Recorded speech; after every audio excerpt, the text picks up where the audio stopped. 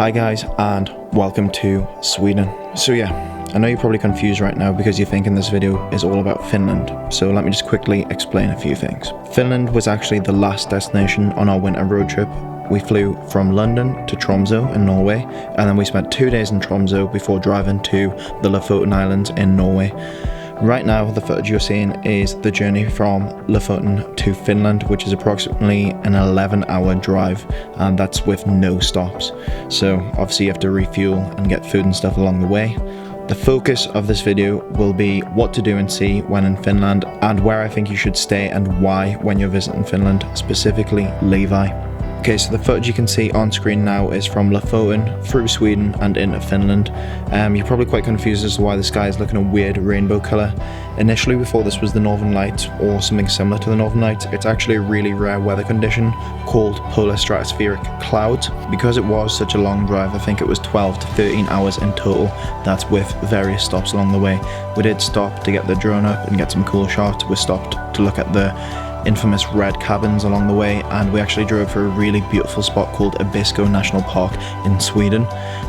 This was actually the first time we saw the sun in like 5 days, as when we were in Norway we didn't see the sun at all.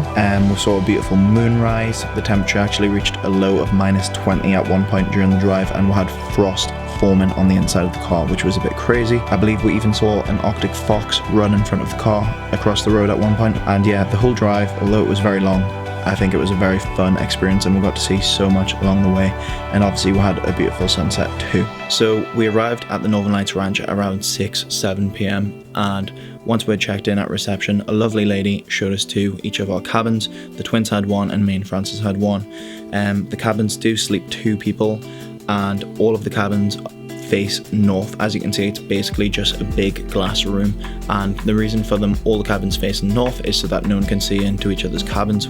The glass throughout the cabin is fully heated, so when it begins to snow, your view of the northern lights and stars is never going to get covered because the snow melts instantly when it touches the glass. The beds are actually electric, so you can move them into various positions to view the northern lights, view the stars. When you wake up in the morning, you can sit up and have your coffee and look out at the winter wonderland, which again I think is pretty cool. There's heated floors throughout, which feels amazing when you come in and take your cold wet boots off and it's -25 outside. Of course, there's a coffee machine, kettle, all the hot chocolate and coffee etc. are all included. There's a fridge, mini bar, various glasses, cups, cutlery, all of that stuff, and there's lots of storage, which I find very good because me and Francis always end up bringing far too much stuff and it kind of makes the room messy. So there was lots of storage to clear that space and make sure it was always looking good for taking photos and stuff. There is a heated room in the cabin where you can put all your cold wet stuff to dry off during the day. It also has a TV in, which is nice if you just want to sit back and chill. Not that we watch the TV once. Another cool thing is that all the lights around the ranch are turned off at 9 p.m. This is so that everyone has a good chance of seeing the northern lights. We're actually set 20 minutes away from Levi, which I think is good. That's a 20-minute drive. It means that we'll have no light pollution from the town itself, so you do stand a really good chance of seeing the northern lights from the ranch, which again is a huge selling point to me. So the ranch is half board. You get breakfast and dinner included, both of which I thought were very, very good. So did Francis and so did the twins. The type of food is traditional Finnish food. You get stuff like reindeer, different soups each night, and there is a chef special menu which changes once per night. If you don't want to eat at the ranch, you can always drive 20 minutes into the town and there's various restaurants to choose from there. We tried a king crab place one night, which again was very, very good, but when it is included in the hotel price, I think it's better just to eat at the ranch, and the dining experience is very, very good in my opinion. So another thing that the ranch offers is various on-site activities. So say one day you decide you don't want to drive 20 minutes into Levi, you could stay and chill at the ranch all day, and there's various different things for you to do throughout the day. But now I'm going to take you through a few of the activities and my recommendations of what you can do in and around Levi, how much they cost, and where the best places are to do these activities. Okay, so the first activity we did in Levi was the husky ride. We did find it extremely difficult picking which companies to book the activities through, as there are literally so many and most have very similar pricing. So it is just a case of searching online for reviews and recommendations. All activities are based in and around Levi, and if you don't have your own car, they will send transport to pick you up, usually from the Levi Tourist Centre. The husky ride was actually pretty unique in that I actually got to control the huskies and the sledge. Me and Francis were supposed to switch over halfway through the ride, but with both of us enjoying our roles, me driving and Francis enjoying the ride, we decided not to switch. The husky company we used was called Tundra Huskies, and we found this by using TripAdvisor, as it was rated the number 1 out of all husky tours in Levi. The price per person was €95, and this was actually the cheapest that we found online.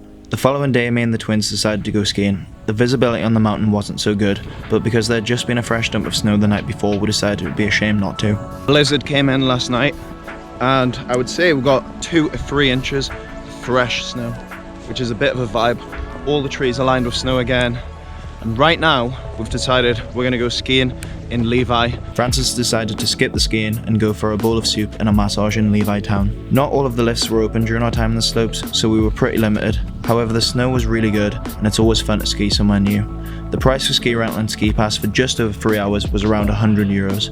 I think if you wanted a full day pass it was around €120, but we didn't want to leave Francis on her own all day. After skiing, we decided to head back to our hotel and hit up the hot tub and sauna.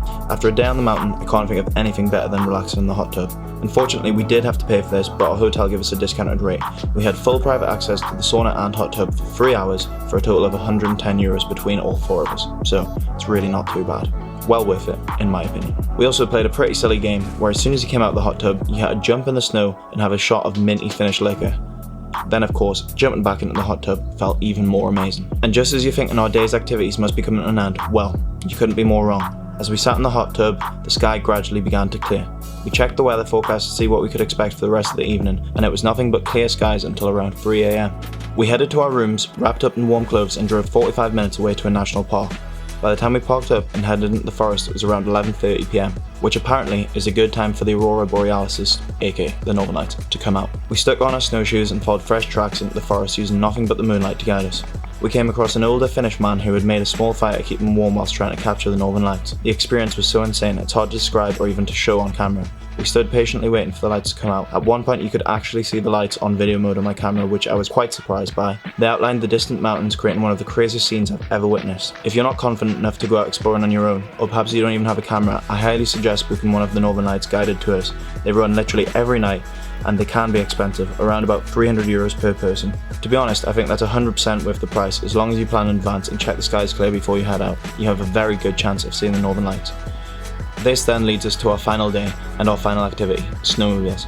We did a 4-hour tour with a couple of stops and a lunch break with reindeer soup and cake, which was homemade, and to be honest that was pretty epic. The cost of the tour was €140 each for the twins, as they got their own snowmobiles, and €100 each for me and Francis as we shared a snowmobile.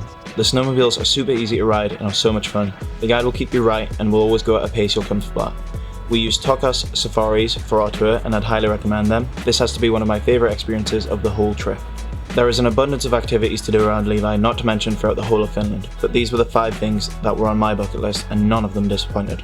I have linked all of the tour operators we used in the description below. I will also link a few friends who live in Finland. They help me out with bookings, so if you have any questions feel free to shoot them a DM on Instagram. These 2 guys here were specifically helpful to me, so make sure you go and follow them because they have a lot of good content for Norway and Finland. And of course, if you have any questions for me, comment down below or send me a message on Instagram at LouisArmstrong7. Now, I'm going to give you 5 more minutes of bonus content. If you're not interested in Norway, thanks for watching, but if you are, this section won't disappoint. We started our road trip in Tromsø, Norway. We were slightly confused when we first arrived as there was no daylight at all. Tromsø is a small city in the north of Norway, made famous by the Northern Lights. Tromsø offers many of the trips and activities available that Finland has, however, we wanted to save the activities to do in Finland. The reason we chose Tromsø as our starting point, rather than somewhere like Bodo, which is a lot closer to Lofoten, is because we wanted to enjoy a snowy road trip through Norway, and also to collect our car in Tromsø. On the second day, we woke up extremely early and headed straight towards the airport in order to pick up our rental car.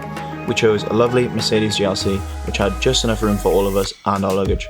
The price of the car was £719 between 4 of us, which I don't think is too bad, and I highly recommend getting a 4x4 Jeep or a crossover if possible. We then headed over the big bridge to see the Arctic Cathedral. Whilst visiting the cathedral, a huge snowstorm hit, creating an insane atmosphere, and I hadn't seen snow like this in years. We then headed back to our hotel for food before heading out exploring the surrounding mountains and beaches, all within 45 minutes drive. Our hotel was called Clarion The Edge, and although it was slightly expensive, Well, maybe it wasn't too expensive if you're basing it off Norway prices. The price per night per room was £233, which, yeah, when you think about it, is pretty expensive. But it is the nicest hotel in Tromsø. In my opinion, I had no problems at all with the hotel. The room was modern and clean, the bed was super comfy, and there was a pretty good breakfast buffet included, as well as afternoon tea and cakes if you could find them. The hotel also had an unreal sky bar, which on a clear night I'm sure would be pretty good for viewing the Northern Lights, especially paired with an espresso martini. The following morning we left Tromsø at 6:30 AM to begin our 7-hour drive to Lofoten. There was a fresh layer of snow on the car, and as we began driving, a huge blizzard blew in. We took extra caution when driving, and I do think the weather conditions made the driving experience even better.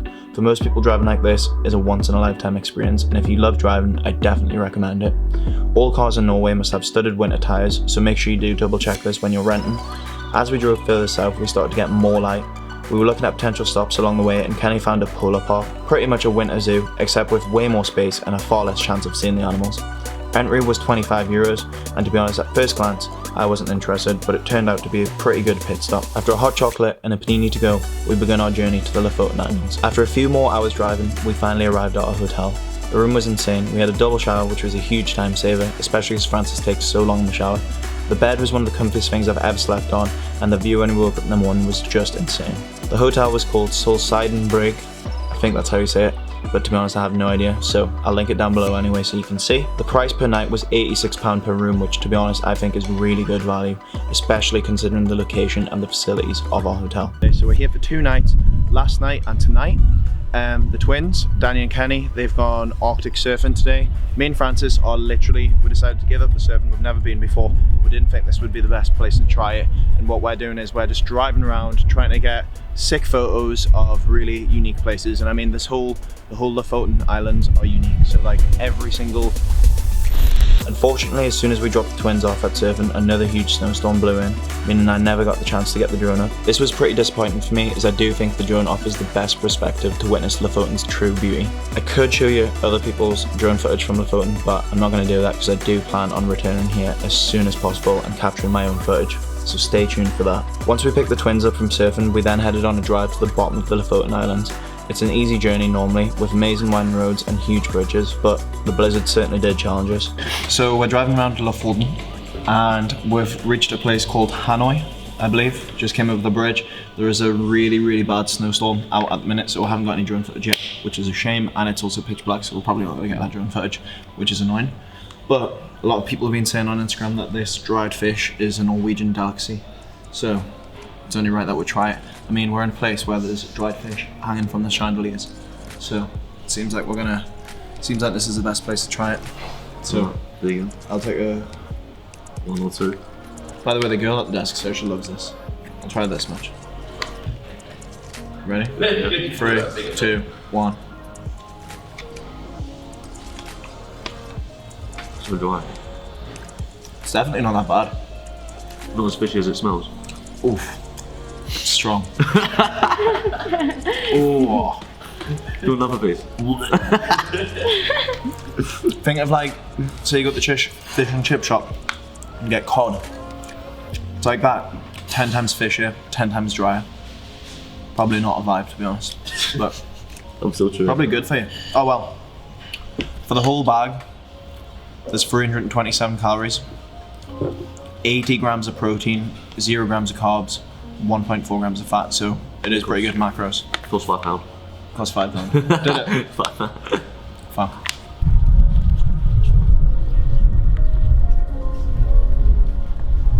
Okay, so seeing as we did come to Norway in January, we've been faced with a lot of snowstorms, and I'm talking like crazy snowstorms. So if you do come in the winter months, do be prepared for that. A lot of people wouldn't be willing to drive in that, but I'm with the twins in the back.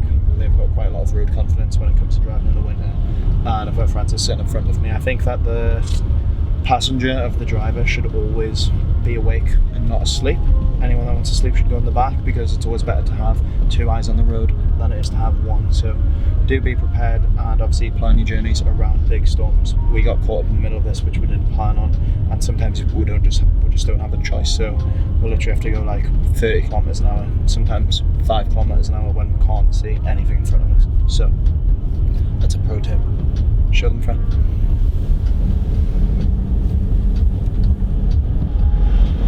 We we set off from Lofoten at around 5 AM. We had a 12-hour drive to Finland, and that's where this video comes to an end. Unfortunately, I did forget my mic on this trip, so that's why I decided to try my first ever voiceover. All of the activities, hotels that we stayed at throughout the journey are linked in the description, and I highly recommend them all.